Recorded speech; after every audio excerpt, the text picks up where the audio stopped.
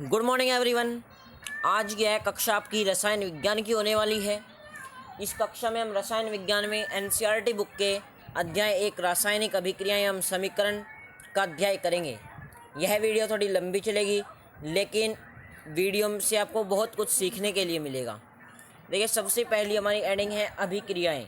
देखिए, अभिक्रियाएँ यानी वे क्रियाएँ जिनके पदार्थ के संगठन, गुणों एवं संरचना में परिवर्तन होता है, अभिक्रियाएँ कहलाती है। देखिए, अभिक्रियाएँ भी दो प्रकार की होती है, एक रासायनिक अभिक्रियाएँ होती है और एक नाभिकीय अभिक्रियाएँ होती हैं। इस बार आपके पाठ्यक्रम में केवल रासायनिक अभिक्रियाएँ हैं, तो हम उनको देखेंगे। देखिए, वे अभिक्रियाएँ जिनमें परमाणुओं का स्वरूप नष्ट नहीं होता, यानी वे अभिक्रियाएँ जिनमें परमाणुओं का स्वरूप नष्ट नहीं होता है, वे रासायनिक अभिक्रियाएँ कहलाती है आपकी। अब उदाहरण देख लीजिए, मैग्नीशियम प्लस ऑक्सीजन और इक्वल टू में मैग्नीशियम ऑक्साइड, यानी 2Mg plus O2 equal to 2MgO। Okay, चलिए अब आगे देखते हैं। अगली हेडिंग आपकी रासायनिक समीकरण। देखिए, रासायनिक अभिक्रियाओं को संक्षिप्त रूप में प्रदर्शित करना रासायनिक समीकरण कहलाता है। उदाहरण, जब सोडियम हाइड्रोक्साइड की क्रिया हाइड्रोक्लोरिक अम्ल के साथ करते हैं तो सोडियम क्लोराइड व जल का निर्माण होता है। सोडियम हाइड्रोक्साइड प्लस हाइड्रोक्लोरिक अम्ल equal to sodium chloride plus जल, अर्थात NaOH plus HCl equal to NaCl plus H2O। देखिए, उदाहरण यानी संक्षिप्त रूप में प्रदर्शित करना। देखिए, जैसे हमारे स्कूल का नाम है सरस्वती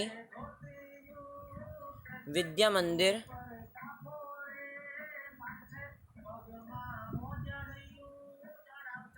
इंटर कॉलेज शामली, तो हमारी जिले का नाम है। अब देखिए, जैसे ये है तो सरस्वती को हम S लिखते हैं, विद्या को V, मंदिर को M, इंटर को I और कॉलेज को C। तो देखिए, ये इसका संक्षिप्त रूप हो गया। ओके, चलिए अब इसके बाद है रासायनिक समीकरण को संतुलित करना। इन रासायनिक समीकरण को कैसे संतुलित करते हैं, चलिए सबसे पहले देखिए कंकाली समीकरण लिखते हैं। ओके, फिर इसके बाद समीकरण में उपस्थित तीर के दोनों ओर परमाणुओं की संख्या को बराबर करते हैं, तो इस प्रकार प्राप्त समीकरण को संतुलित समीकरण कहते हैं। चलिए अब आगे चलते हैं। ये देखिए, जैसे उदाहरण हम इसको करते हैं, चलिए Fe plus H2O equal to Fe3OH plus H2। यह आपकी संतुलित समीकरण नहीं है, यह आपकी असंतुलित समीकरण है। ओके, ये आपकी असंतुलित समीकरण है। फिर देखिए, जो ये बनेगी 3Fe plus 4H2O equal to Fe3O4 plus 4H2O, ये आपकी संतुलित समीकरण है। आप इससे देख सकते हैं, सबसे पहले तत्वों के नाम लिखने हैं, यानी इसमें Fe है, O है, H है। अब Fe के इधर 3 है, देखिए इधर भी 3 है। इसी प्रकार O के इधर 4 हैं, ये देखिए 4। O के इधर भी 4, इधर तो O के जो हैं वो एक ही था, लेकिन गुना 4 किया तो वो 4 हो जाएगा। फिर इसी प्रकार H का है। चलिए अब आगे देखते हैं। अब आते हैं रासायनिक अभिक्रियाओं के प्रकार। देखिए, पहली होती है योगात्मक अभिक्रियाएं, यानी वे अभिक्रियाएं जिनमें दो या दो से अधिक पदार्थ आपस में संयोग करके एक नए पदार्थ का निर्माण करते हैं, तो वह योगात्मक अभिक्रियाएं कहलाती है। उदाहरण, CaO plus H2O equal to CaOH2 plus ऊष्मा, यानी जो CaOH, देखिए जो CaOS है, ये है तो है आपका बिना बुझा हुआ चूना, H2O आपका जल है और CaOH2 है आपका बुझा चूना, और ये आपका ऊष्मा है ही। ओके, चलिए अब आगे देखिए। इसी प्रकार ये देखिए, दूसरा आपका अपघटन अभिक्रियाएं। अपघटन अभिक्रियाएं यानी वे अभिक्रियाएं जिनमें किसी पदार्थ के अणु दो या दो से अधिक सरल अणुओं में वियोजित हो जाते हैं, तथा इस प्रकार की अभिक्रियाओं को अनुत्क्रमणीय अभिक्रिया भी कहते हैं। ओके, उदाहरण KClO3 और 2KCl प्लस 3O2। ओके। तीसरा है वियोजन अभिक्रियाएं, यानी वह उत्क्रमणीय अभिक्रियाएं जिनमें किसी पदार्थ के अणु दो या दो से अधिक सरल अणुओं में विभाजित हो जाते हैं। उदाहरण NH4Cl NH3 plus HCl। Okay.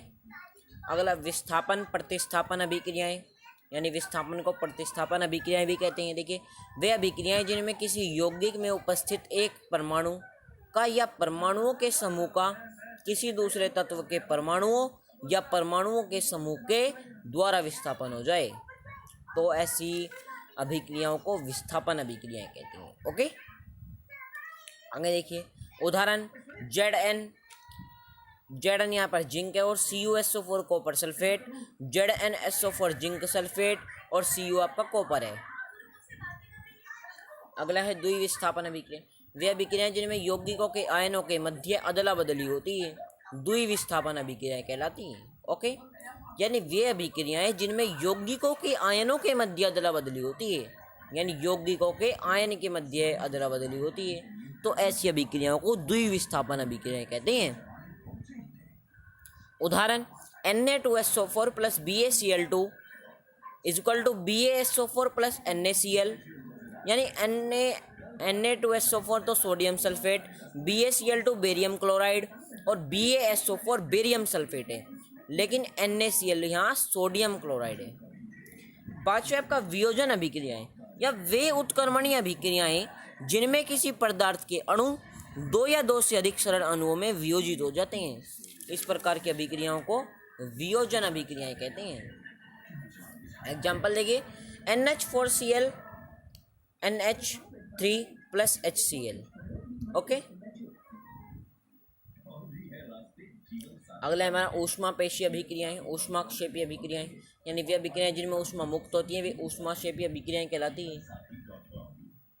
Okay. उदाहरण देखिए, C+O2 इक्वल टू CO2 ऊष्मा। फिर है ऊष्मा शोषी अभिक्रियाएं, वे अभिक्रियाएं जिन्हें पूर्ण करने के लिए ऊष्मा की आवश्यकता होती है, यानी उसमें ऊष्मा मुक्त होती है और इसमें पूर्ण करने के लिए ऊष्मा की आवश्यकता होती है, तो ऐसी अभिक्रियाएं ऊष्मा शोषी अभिक्रियाएं कहलाती है।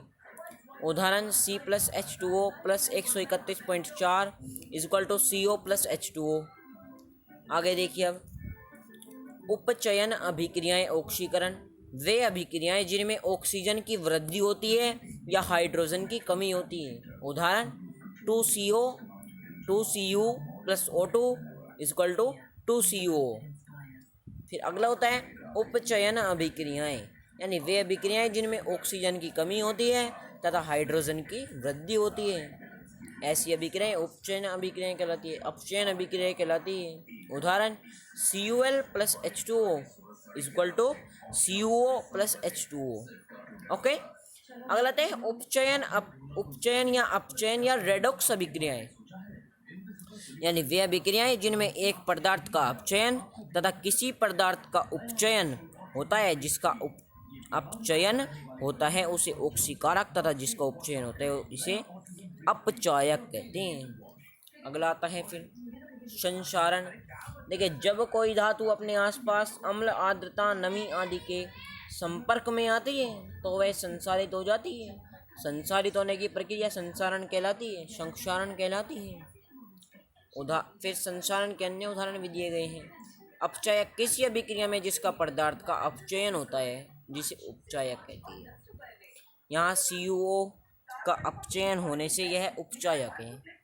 फिर अपचायक, जिन पदार्थों की सहायता से अपचयन होता है उन्हें उपचायक कहते हैं। उदाहरण भी देखिए आप दिया गया है। तो आज की वीडियो में बस इतना ही। यदि वीडियो पसंद आई हो तो लाइक करें, सब्सक्राइब करें, शेयर करें और कमेंट करें ताकि हमारी आने वाली वीडियोज़ के नोटिफिकेशन आपको मिल सके। Thanks for watching.